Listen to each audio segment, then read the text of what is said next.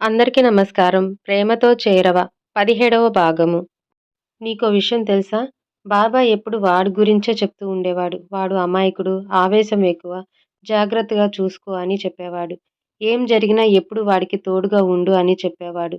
ఇద్దరం కలిసి వాడికి తెలియకుండా వాడి పేరు మీద సగం ఆస్తి రాశాము. మరి ఇంతగా ప్రేమించే వాళ్ళని అలా చేస్తే మీకు కోపం రాలేదా? ఎందుకు రాదు సంధ్య?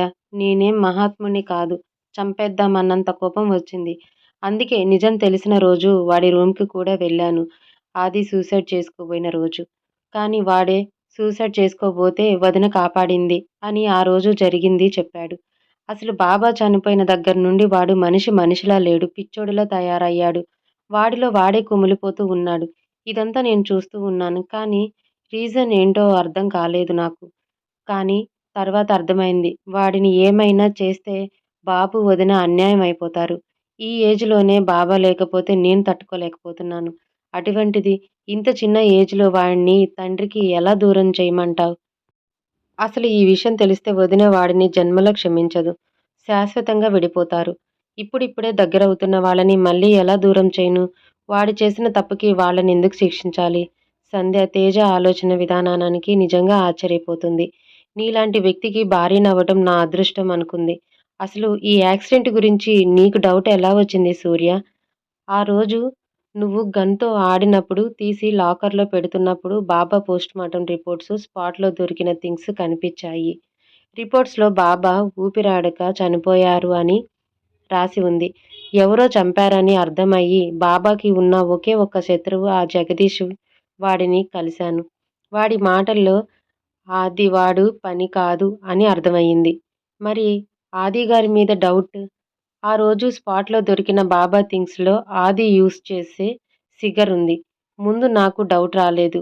జగదీష్ కాదు అని నమ్మకం వచ్చాక ఆ రోజు జరిగినవి ఆలోచించాను. ఆది బాబాతో లేను, వేరే పని మీద వెళ్ళాను అని చెప్పాడు. మరి వాడి సిగరు ఎలా వచ్చిందా అని ఆలోచించాను. ఎందుకంటే మాకెవ్వరికీ స్మోకింగ్, డ్రింకింగ్స్ హ్యాబిట్స్ లేవు. బాబాకి నచ్చదు. ఒక్క ఆదిగాడు మాత్రమే సిగర్ యూజ్ చేస్తాడు. అది కూడా డాన్ అవ్వాలని వాడి ప్యాషన్ వల్ల. అందుకే అనుమానంతో ఎంక్వైరీ చేయించాను. ఆది వల్లే అని తెలిసింది. ఇన్ని రోజులు వాడి బిహేవియర్‌కి రీజన్ కూడా అర్థమయ్యింది.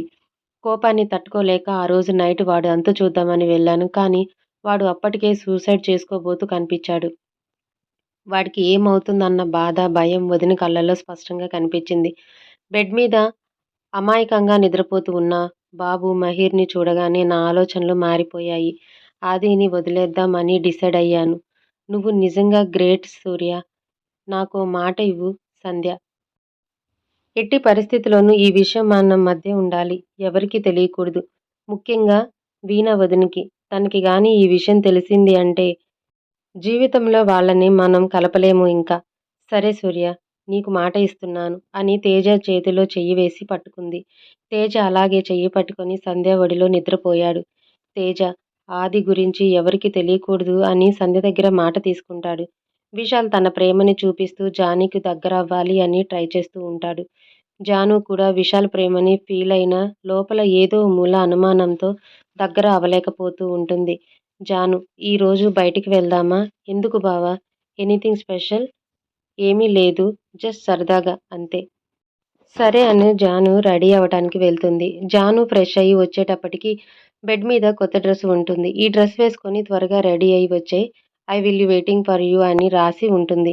జాను ఆ డ్రెస్ చూసి డ్రెస్ బాగుంది కానీ ఇలాంటి డ్రెస్ ఎవరైనా గిఫ్ట్ ఇస్తారా అనుకుంటుంది. జాను డ్రెస్ తీసుకొని రెడీ అవుతుంది. జీన్స్, దాని మీద షర్ట్, పైన జాకెట్ వేసుకొని హెయిర్ లీవ్ చేసి కళ్ళకి గూగుల్స్ పెట్టుకొని స్టెప్స్ దిగుతూ వస్తూ ఉన్న జానుని చూసి అలా కళ్ళార్పకుండా చూస్తూ ఉంటాడు విశాల్. వెళ్దామా బావా? హా జాను, ఈ డ్రెస్‌లో యూ లుకింగ్ అమేజింగ్ తెలుసా? థాంక్యూ బావా అంటూ సిగ్గుపడుతుంది జాను. ఇద్దరూ కలిసి బయటకి వస్తారు. జాను కారు దగ్గరికి వెళ్తుంది. కారు కాదు జాను, ఇది. దీని మీద వెళ్దాం అని పక్కనే పెట్టి ఉన్న బుల్లెట్‌ని చూపిస్తాడు. జాను ఆశ్చర్యంగా చూస్తుంది. పద వెళ్దాం. జానుకి హెల్మెట్ ఇచ్చి బైకెక్కుతాడు. అప్పుడు అర్థమవుతుంది జానుకి విశాల్ తనకి అలాంటి డ్రెస్ ఎందుకు గిఫ్ట్‌గా ఇచ్చాడు అనేది. హెల్మెట్ పెట్టుకొని బైక్ మీద అటు ఒక కాలు, ఇటు ఒక కాలు వేసి కూర్చుంటుంది. వెళ్దామా జాను? హా బావా! విశాల్ బైక్ స్టార్ట్ చేస్తాడు. విశాల్ తనకి అంత దగ్గరగా ఉంటే జాను గుండెల్లో అలజడిగా ఉంటుంది. విశాల్‌కి కూడా సేమ్ ఫీలింగ్. అదే ఆలోచనలో స్పీడ్ బ్రేకర్ ముందు చూసుకోకుండా సడెన్‌గా బ్రేక్ వేస్తాడు. జాను వెళ్లి విశాల్ మీద పడుతుంది. భయంతో విశాల్‌ని గట్టిగా హగ్ చేసుకుంటుంది. కాసేపటికి తేరుకొని విశాల్ నడుము చుట్టూ ఉన్న చేతులు తీయబోతుంది. విశాల్ చెయ్యి పట్టుకొని మళ్ళీ ముందుకు లాక్కుంటాడు. అలాగే ఉండనివ్వు అని. జాను అలాగే ఉంచింది. కాసేపటికి సిటీ బయటికి వచ్చేశారు. వెదర్ కూడా చాలా బాగా ఉండటంతో రైడ్‌ని ఎంజాయ్ చేస్తూ ఉన్నారు ఇద్దరు. కాసేపటికి విశాల్ ఒక డాబా దగ్గర బైక్ ఆపాడు. బావా! ఇక్కడే ఆపావేంటి? నీకు ఆకలి వేయట్లేదా? నాకైతే కడుపులో ఎలుకలు డాన్స్ వేస్తున్నాయి. సరే బావా పద తిందాం అని ఇద్దరు వెళ్లి తినడానికి కూర్చున్నారు. విశాల్ అన్నీ జానుకి ఇష్టమైనవే ఆర్డర్ చేశాడు. ఇద్దరు సంతోషంగా తిని మళ్ళీ బయలుదేరారు. కాసేపటికి చిన్నగా వర్షం పడటం స్టార్ట్ అయింది. విశాల్ బైక్‌ని చెట్టు కింద ఆపాడు. జానుకి వర్షంలో తడవటం చాలా ఇష్టం. వెళ్లి తడుస్తూ ఎంజాయ్ చేస్తూ ఉంటుంది. విశాల్, జాను చిన్నపిల్ల చేష్టలు చూసి నవ్వుకుంటూ ఉన్నాడు. జానుకి ఇదంతా కలలా అనిపిస్తుంది. విశాల్‌తో ఇలా బైక్ రైడ్‌కి వెళ్ళాలి అనేది జాను ఎప్పటినుంచో కంటున్న కల. కాసేపటికి వర్షం ఆగిపోతుంది. బావ చాలా లేటయింది. ఇంటికి వెళ్దామా ఇంకా? విశాల్ బైక్ స్టార్ట్ చేశాడు. బావ ఇదేంటి ఇటు వెళ్తున్నాం? మన ఇంటికి ఇటు కాదు కదా వెళ్ళేది. ఈరోజు మనం ఇంటికి వెళ్ళట్లేదు. అమ్మ వాళ్ళకి ఆల్రెడీ చెప్పేశాను. మరి ఎక్కడికి తీసుకెళ్తున్నావు బావ? చెప్పటం ఎందుకు? చూపిస్తావు కదా! అని బైకు స్పీడ్ పెంచాడు. వర్షంలో తడవటం వల్ల చలికి జాను షివర్ అవుతూ ఉంది. విశాల్‌ని గట్టిగా హగ్ చేసుకొని వీపు మీద తల పట్టుకుంది. కాసేపటికి వాళ్ళు వెళ్ళాల్సిన ప్లేస్‌కి వచ్చారు. అదొక హిల్ క్యాంప్ స్టేషన్. అక్కడ నుంచి చూస్తే సిటీ వ్యూ అంతా చాలా అందంగా కనిపిస్తూ ఉంది. జాను దాన్ని చూసి సంతోషంతో this place is so beautiful బావ. ఐ లైక్ ఇట్ అలాట్ అని అరుస్తూ ఉంటుంది. ఇంతలో అక్కడికి ఒకతను వచ్చి సార్ మీరు బుక్ చేసుకున్న క్యాంప్ అది అని ఒక టెంట్ చూపించాడు. విశాల్ జానుని తీసుకొని అక్కడికి వెళ్ళాడు. చుట్టూ చిన్న చిన్న లైట్స్‌తో చాలా అందంగా ఉంది ఆ place. Have a happy stay sir అని చెప్పి వెళ్ళాడు అతను.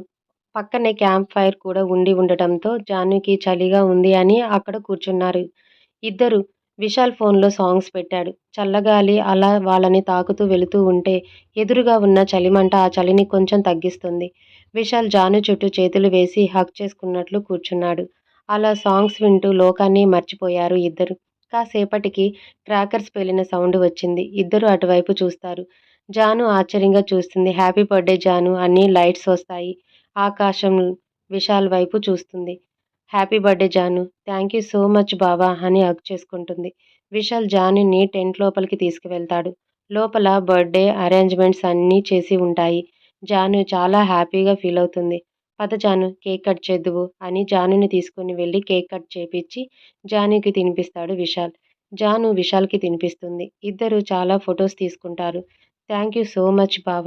ఇది నా లైఫ్‌లో మర్చిపోలేని రోజు అని చాలా సంతోషంగా చెప్తుంది. విశాల్ అక్కడే ఉన్న ఒక గిఫ్ట్ తీసి జానుకి ఇస్తాడు.